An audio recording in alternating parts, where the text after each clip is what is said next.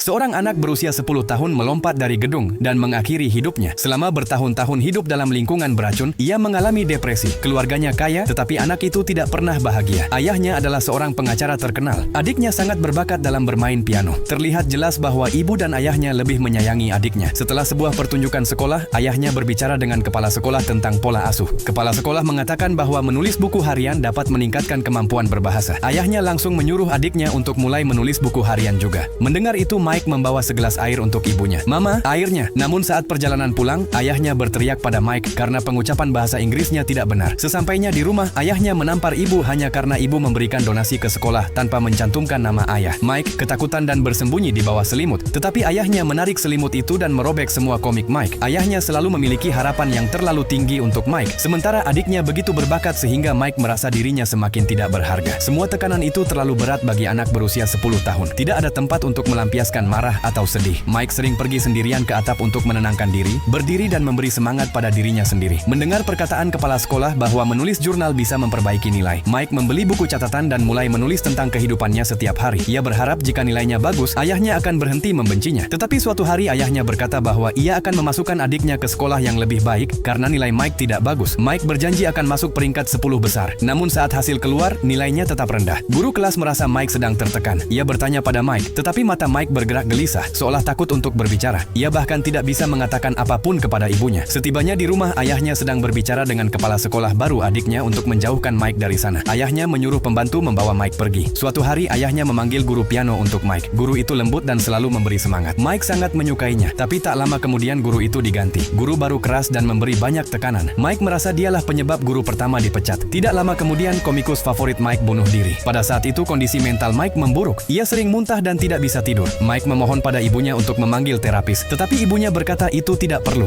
Beban mental Mike semakin berat. Adiknya sering menemani Mike ke atap agar mereka bisa bernapas lega. Tapi kali ini orang tua mereka memergoki. Ibu berteriak pada Mike dan bahkan menuduhnya mencuri uang. Adiknya ingin membela, tetapi tidak berani. Ibu melimpahkan semua masalah keluarga pada Mike. Malam itu, Mike mendatangi ayahnya untuk menerima hukuman. Tetapi ayahnya berkata bahwa ia sudah tidak punya harapan lagi pada Mike. Mike hanya bisa meminta maaf. Tak lama setelah itu, Mike masuk ke tempat tidur adiknya. Ia memeluknya dan mereka berbicara lama. Kemudian Mike menaruh perekam di piano dan berlatih untuk terakhir kalinya. Ia menulis satu entry terakhir di buku hariannya. Mike yakin jika ia pergi, keluarganya akhirnya akan bahagia. Setelah semuanya selesai, Mike pergi ke atap dan melompat. Di usia hanya 10 tahun, ia mengakhiri hidupnya.